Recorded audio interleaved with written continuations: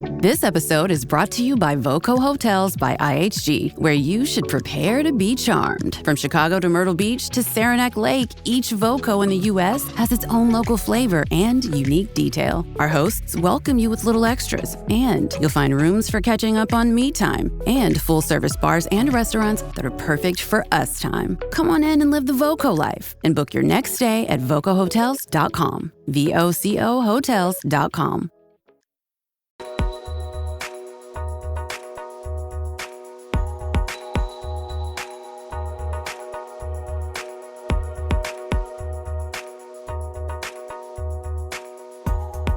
Welcome to episode 85 of the High Volume Hiring Podcast. I am Stephen Rothberg. I'm the co-host along with Jeanette Leeds. Jeanette's unable to be with us here today, but I think somehow I'm going to figure out a way of plowing through this. I am joined today by a guy that I've known for a long time. I think I've shared a beer or two with him over the years. But Michael Ang of Job Elephant. It's an employment advertising agency, but I'm not going to steal your thunder. Michael, maybe you can tell the listeners a little bit about you, Job Elephant, when you founded it, what you do, that kind of stuff. Yeah, thanks, Stephen. So I'm Michael Ang. I'm the founder and CEO of Job Elephant. We are what's known as a recruitment advertising agency. First and foremost, we help employers get their jobs distributed to all the different nooks and crannies of the internet. So we're talking about job boards primarily, but also that can be things like social media. It could be a lot of different places. And the point being to try to find and surface those candidates that you might not be able to source on your own, and to be able to kind of surface those folks so that you can expand and get a larger applicant pool to choose from. Awesome. And so you founded the company, if I remember correctly, 25 years ago? Yes, exactly. Okay. Yes. So you've seen a few things come and go over the years. Yes. And before we dig into that, because I think it'd be interesting to sort of to talk a little bit about like where we've been, where we are, where you think things are going to be going. But let's first sort of do like a bit of a check-in for your clients, because some recruitment advertising agencies work a lot in different niches. Some are pretty general. They have clients from all different kinds of industries, geographic locations, but who are your ideal clients so that the listeners have a handle on where you're coming from? Yeah, that's a great point. And so 25 years ago, there were probably over 100 recruitment advertising agencies in North America, of all different sizes. And you had Bernard Hodis, and you had TMP Worldwide, and some of those older names that still kind of exist in different forms today. And for the most part, most recruitment, when people think of advertising agency, they think of Mad Men, they think of Madison Avenue, they think of, having some, bourbon or something like that in the office at noon. Just at noon? Yeah. But the recruitment advertising agencies are a little bit different. And when I started Job Elephant, I created a .com right as the .com bubble burst. At that moment, there was a real sea change in the space. That being going from the analog of newspaper advertising to the digital platforms of things like Career Builder Monster. Well, Career Builder didn't quite exist then, but Career Path, its predecessors. There is also, but you had Craigslist, you had a whole bunch of different online platforms that were really starting to undercut and lower the cost of recruitment.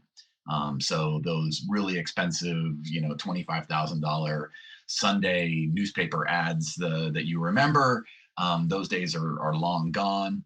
And now things are really focused on the digital space. The industries that Job Elephant focuses on: higher education, public, government, North America. Is that about right? Yeah, so in marketing speak, they have a segment called SLED, so State Local Education District is what that stands for. Oh. So we specialize in higher education. So we work with about 1,200 colleges and universities throughout North America. And we also, that dovetails really nicely with like smaller government. So think of your county and city type of organizations where they don't necessarily have the resources in house to do a lot of these types of things. And so we offer a really easy turnkey kind of a solution that helps get them the best talent for their jobs. One other thing is just as an aside that I've learned over the years, we went online in 96. So we're, about the same age. It wasn't really much of a business until the late 90s. So we, kind of cut our teeth in the same era. But one of the things I've learned about a lot of government agencies, not all, but a lot of them, is that they really have no recruitment marketing expertise in house at all. It's just not a function. Right. And is it better, worse, whatever? It's just different than a lot of our corporate friends. Right. And so they're going to come to a job elephant for that help. Another thing that I wanted to talk with you about is the differences between, say, corporate employers that are hiring at scale versus higher ed government. Do you see different collateral, branding, job postings, technology? Like, what are some things that, for the kind of business that you do, when you're talking with your peers at, say, the rate agencies of the world, it's like, wow, that's really different. Well, I think working in the sectors that we do, what I would say is that there's just so much diversity of the types of recruitments that we're doing. And what I Mm, mean by that is that if you think of your of a college or a university, it's like a small city in and of itself. it is. Yeah. The types of jobs that we've advertised for can be very technical, very specialized. So, as I like to tell people, I've literally advertised for rocket scientists at Jet Propulsion Labs at Caltech, which is one of our customers. I've also, advertised for air traffic controllers. Mm, One of our customers is Penn State. They have an airport. So, there's just random stuff like that that happens. And then, of course, these things also kind of dovetail into each other because then, one of our competitors might be in healthcare and really focused on that. That's typically why we've kind of positioned ourselves in the market to go after this kind of underserved group, as I feel mhm. the public sector. And the thing is that a lot of colleges and universities also have hospitals that are associated with them. So we end up being in the same spaces as everybody else because we're everything under the sun. If you think of any of these types of different organizations, like, and again, going to the contrast of like on corporate recruiting, typically those corporations are focused on a certain industry, a certain specialty, whatever that might be. And so that lends itself more to, okay, sure, they need accountants, everybody needs those things, and everybody needs salespeople or some kind of form of that potentially, of core business functions, but Yeah. they don't have the breadth of just and again, just, one of my clients is a community college and they power the local zoo. So, got zoologists and veterinarians and I mean just it's really amazing how many different niches there are out there. And so that's really focused, and I'll kind of jump to the next subject a little bit, which is that what doesn't work for our customers for the most part is the programmatic advertising. Okay. We've been to all those same conferences over the last 10 years, and it's the greatest thing since sliced bread. But at least we've all heard those claims, but it really lends itself to what I would say more generic jobs, per se, and Huh. not, it's great on the local level, but when you're trying to find those zoologists, they're not on places like Indeed.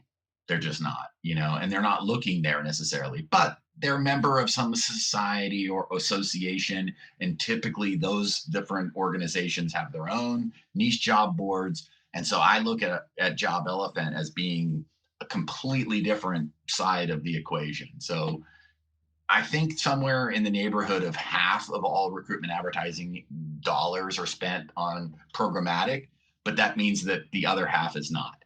Yeah. Yeah. So I focus on the half that's not programmatic. Hi there, I'm Peter Zollman. I'm a co-host of the Inside Job Boards and Recruitment Marketplaces podcast. And I'm Stephen Rothberg, and I guess that makes me the other co-host. Every other week, we're joined by guests from the world's leading job sites. Together, we analyze news about general, niche, and aggregator job board and recruitment marketplaces sites. Make sure you sign up and subscribe today. So the programmatic advertising, basically, the computer's making your buying decisions for you based upon the rules you've provided it. It might be, we only want this ad to run in the U.S. on engineering sites.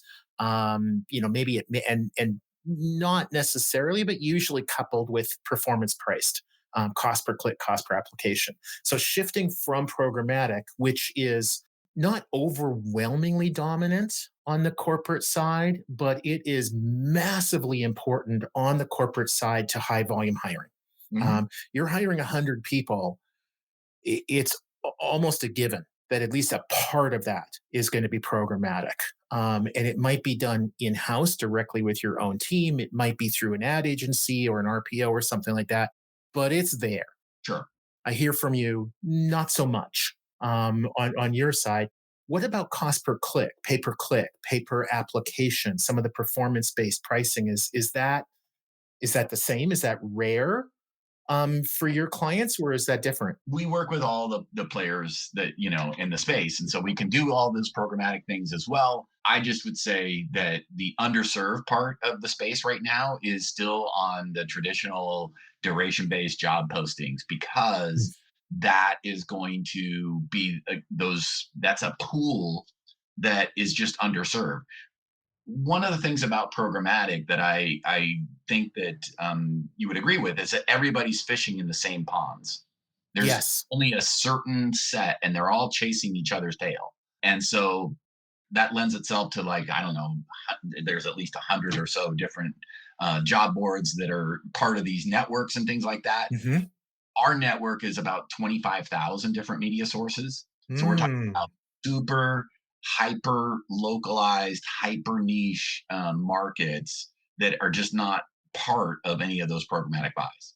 Interesting. So I'm not anti-programmatic, if you will. There's a use case for that, but the counterpoint that I don't think gets enough airtime these days is the fact that there's still a need for those association job boards. And again, within higher education, because we have so much experience with that, that's where there's conferences, they're doing job fairs at these conferences. There's certain, segments or disciplines where the only way to break into certain, fields is to go through those scientific organizations. Interesting. So I think I got time for basically one more question, and something that you and I were talking about just before I hit the record button in the green room, as they say, is that a lot of employment advertising agencies that work with basically the corporate market, they do a lot of branding work, writing job postings, sometimes even strategy around,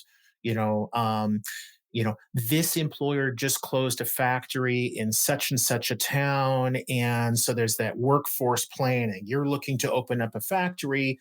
Lo and behold, the workforce you're looking for is pretty similar to the one that just closed. We're advising you to go into that town. Right.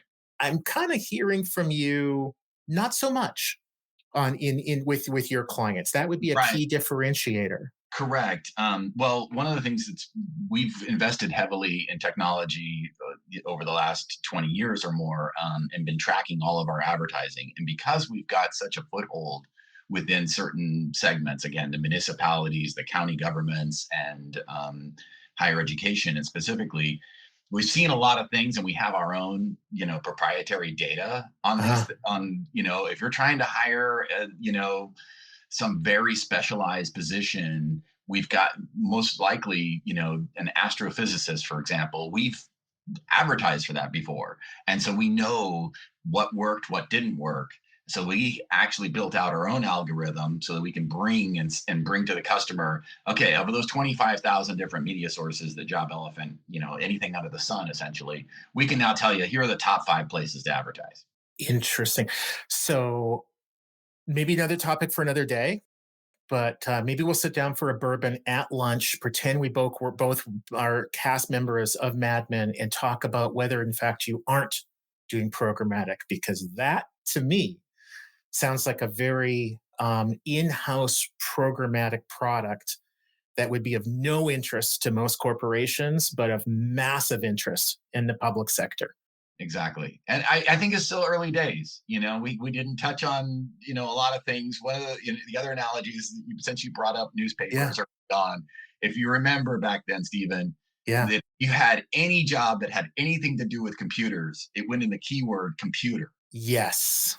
There was like a quarter of the newspaper was computer jobs, Right, which right? could be programming, it could be hardware, it could be that one of your acquired skills is Lotus 123 for those of us of a certain age. Yeah. It was all these things. And so I really feel like when you start to talk about something like AI, now today we're just like everything is AI. It's just computer. Yeah. Yes. Where Yeah. it's still super early. We don't Yeah. even know what the different specialties are. Yeah. Interesting. Well, Michael, this has been awesome. It's great to see you again. Thank you so much for giving us a little bit of a peek into your world. This has been fun. Yeah. Thanks for having me. Cheers.